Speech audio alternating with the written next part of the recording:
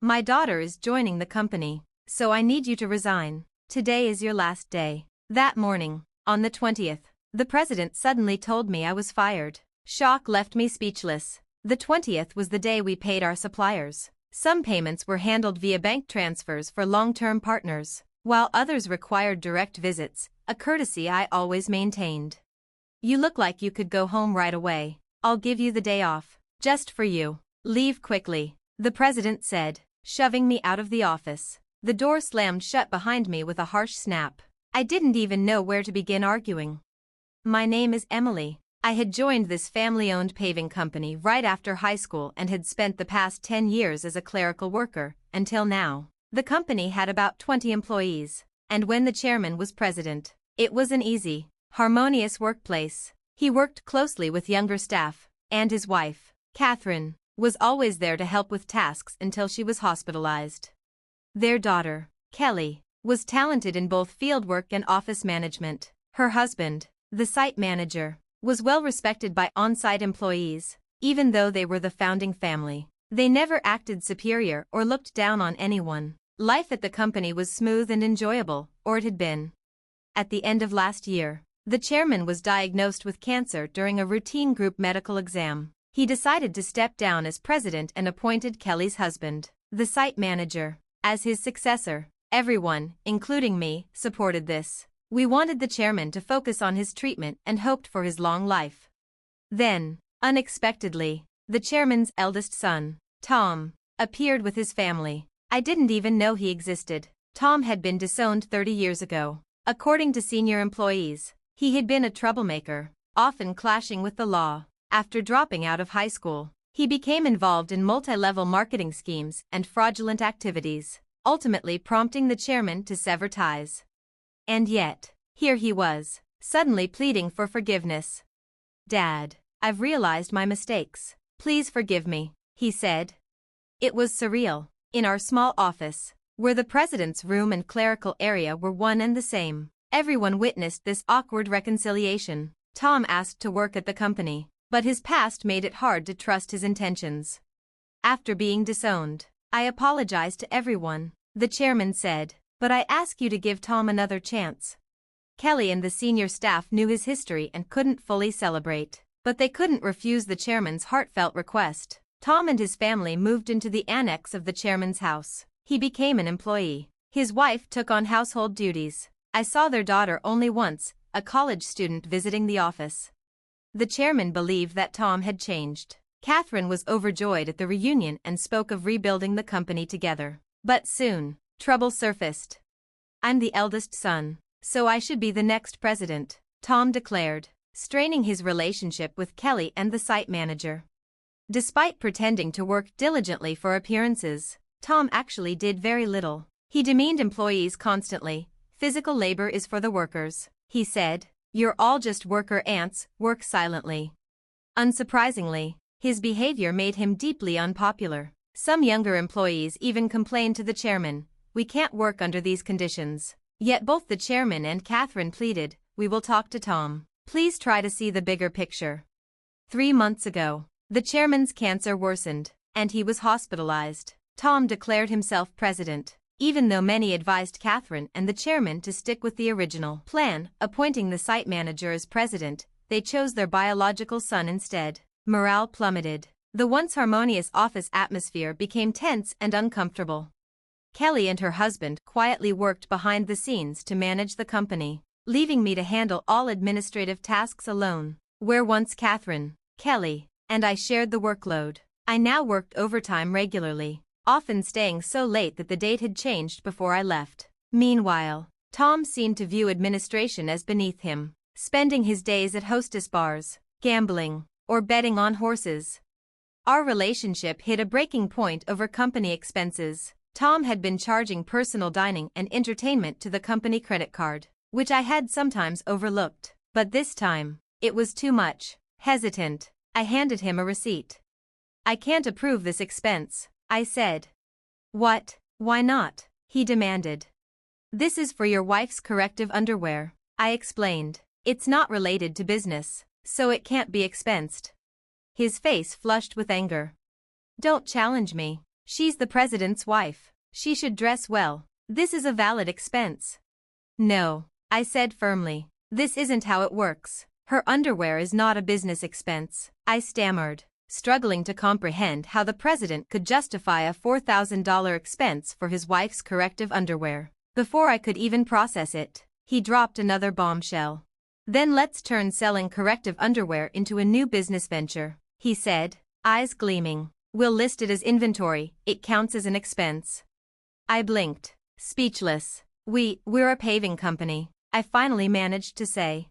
So what? He shot back. We'll pressure clients if they don't buy from us. We'll cancel their contracts. Everyone will buy. Easy money, $22,000 for one. $4,000 for a set. He chuckled loudly, as if this were a brilliant plan. I felt nothing but horror.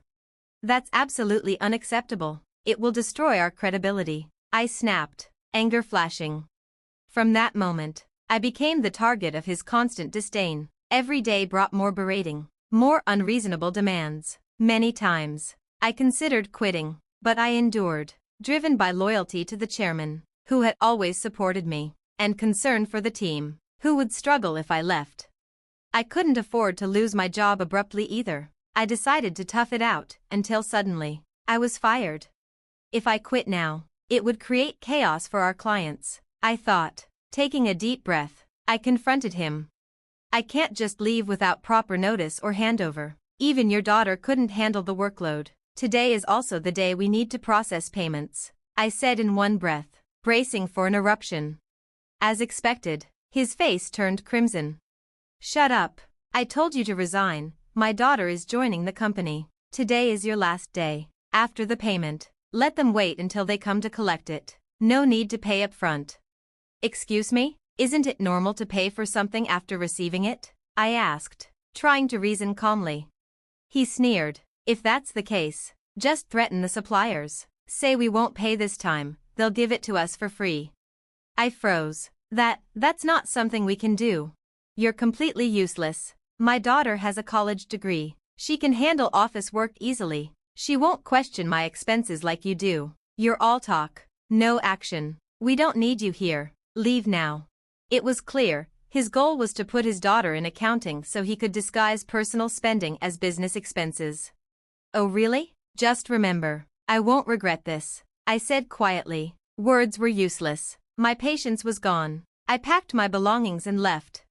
Feeling responsible for our clients, I called Kelly. Despite her and Catherine's busy schedules with the chairman, this was urgent. I explained everything and entrusted her with the rest.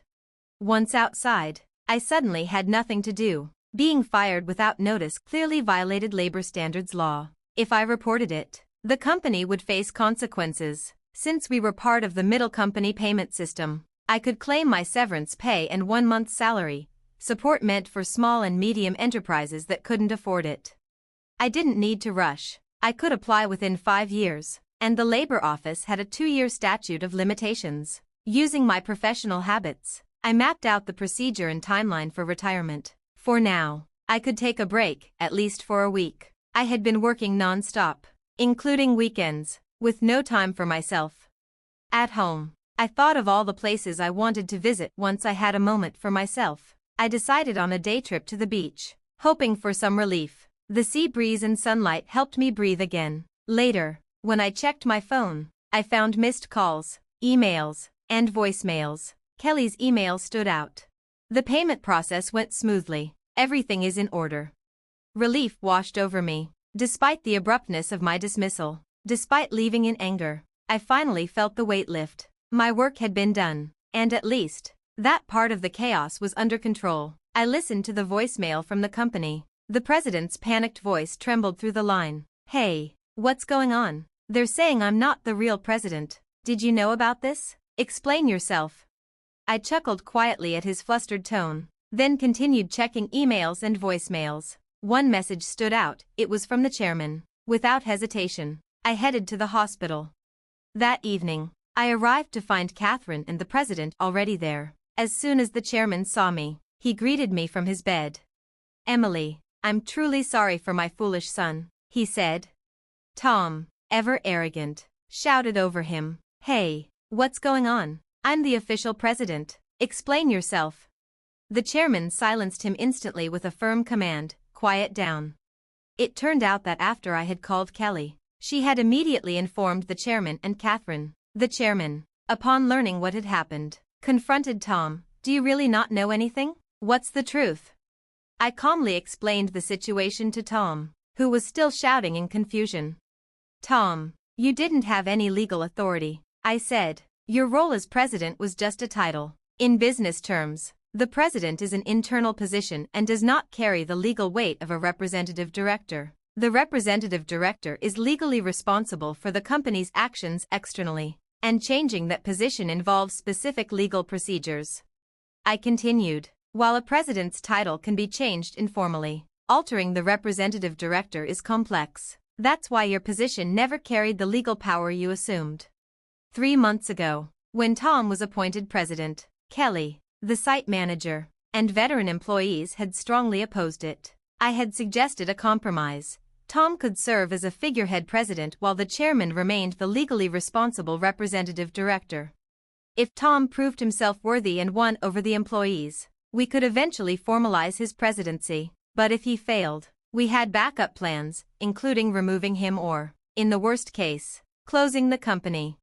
While Kelly and the site manager prepared to launch a new venture, the chairman and Catherine still believed in Tom, until he unfairly dismissed me, finally revealing his true nature.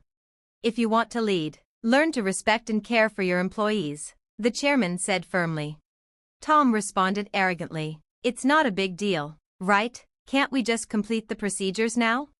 No, the chairman replied. Our company offers shares to employees. Emily owns 10%, making her a major shareholder. Her opinion, and that of other shareholders, cannot be ignored. As realization dawned on him, Tom's face went pale. What? I don't have any shares? None? I planned to pass my shares to you once you proved yourself, the chairman said, slumping with disappointment. Were you only interested in my wealth, thinking I had little time left? Tom defied him. I'm the eldest son. What's wrong with taking what's rightfully mine? The company belongs to me. I can't forgive you. The representative director bears full legal responsibility for this company, I interjected. As a shareholder, I can call for a meeting and propose your removal. That is my right. Tom's face drained of color. You mean I could be fired? Emily, you were just a clerk? He stammered. Tom, Emily was the only one who gave you a chance, Catherine said. At this point, no one supports you. She then turned to me. Emily, I owe you a sincere apology. Please tell me what you'd like to do. I spoke directly to Tom. I no longer wish to work under your leadership. I resign immediately. I expect my severance pay, including 1 month's salary, unpaid overtime, and holiday pay. As a shareholder, I will also take action to protect the company from anyone detrimental. As I spoke calmly, Tom's face went from pale to ghostly white. I continued, explaining how Kelly had been visiting clients, promoting our new venture, and successfully convincing many to switch companies. Most employees were also planning to follow her. That's impossible. I'll sue you, Tom barked, his voice cracking. But the chairman intervened firmly. I am the representative director. You have no authority. Tom collapsed to his knees. I felt a mixture of relief, closure, and lingering disappointment. Mr. President, I said quietly, it's unfortunate it had to end this way. If you had truly changed when you returned, things might have been different. Opportunities to learn and adapt were there, but you squandered them.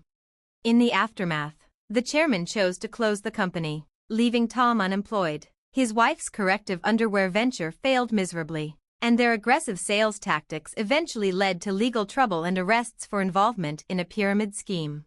Kelly returned to her parents' home to find boxes of unsold merchandise. The daughter eventually found employment elsewhere. I now work happily at Kelly and the site manager's new company. I value my relationships, cherish my work, and live authentically each day, finally free from the chaos that once consumed my life.